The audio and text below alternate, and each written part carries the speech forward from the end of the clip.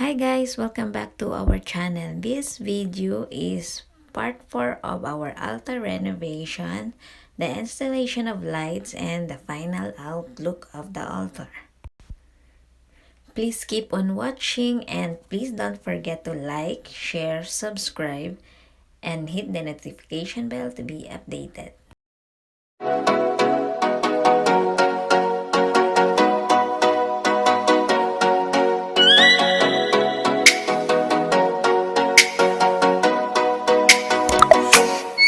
Oh, let me off with a bright smile on now. Me in the dark, won't get lost now. To the moonlight, eyes you are real right now. You look into my eyes and felt a feeling. Then nothing got it feel like a slim night. Hey, come on, brother. Now waiting for you.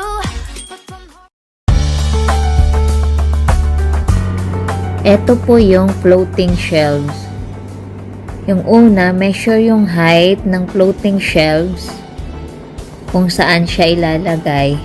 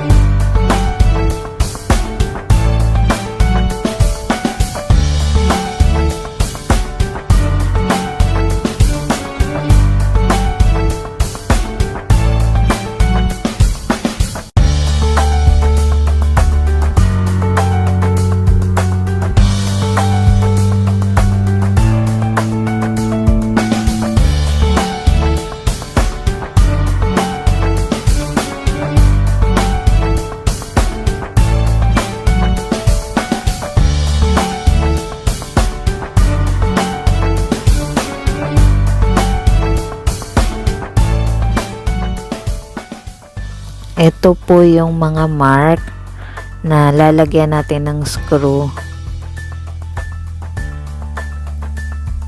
Ayan po.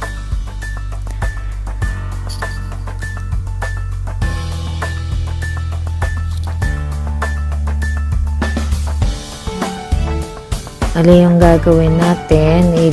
Bubutasan ng impact rail.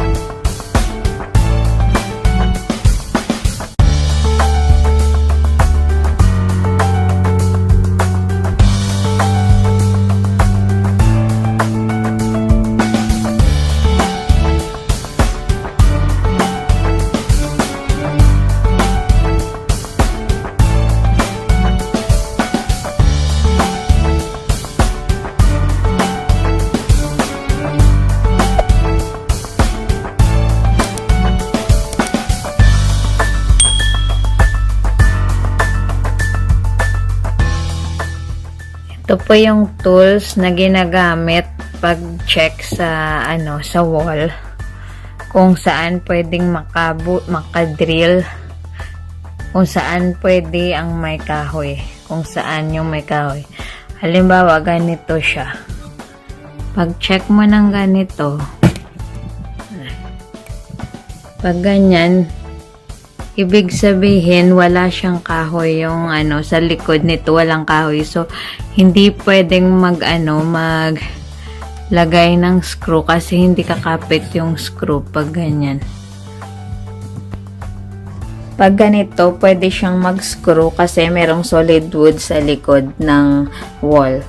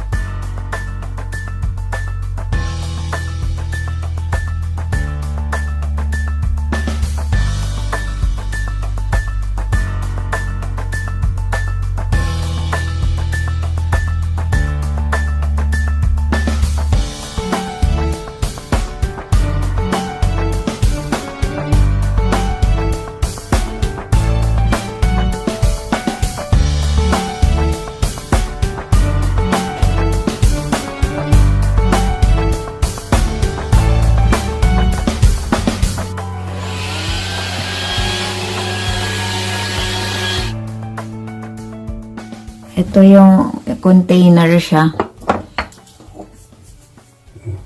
Yan. Bale, ito yung gagamitin para lagyan ng Holy Family at saka yung cross.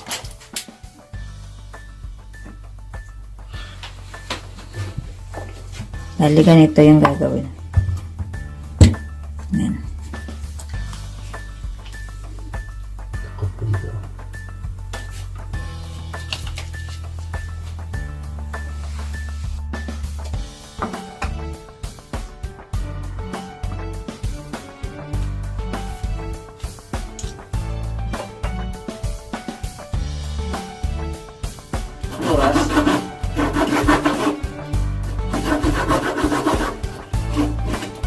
Oras ga?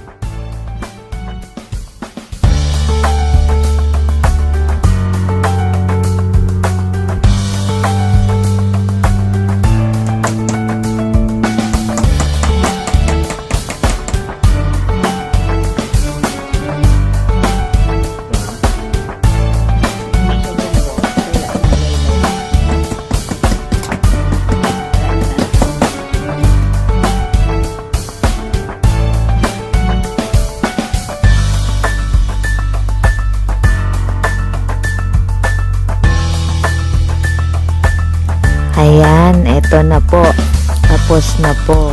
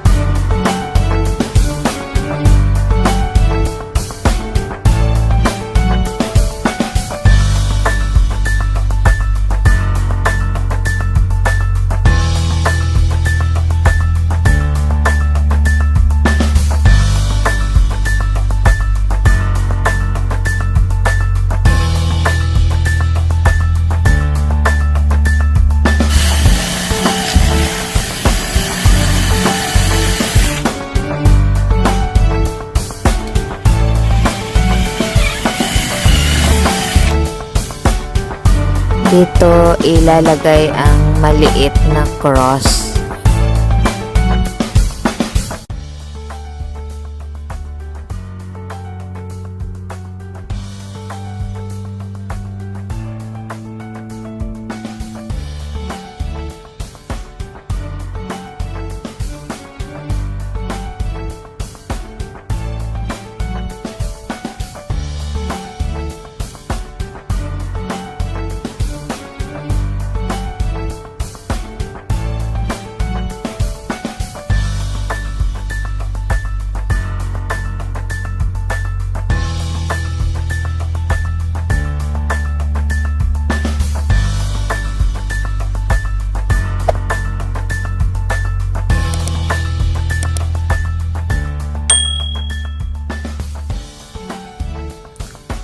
Ito yung container para sa Holy Rosary.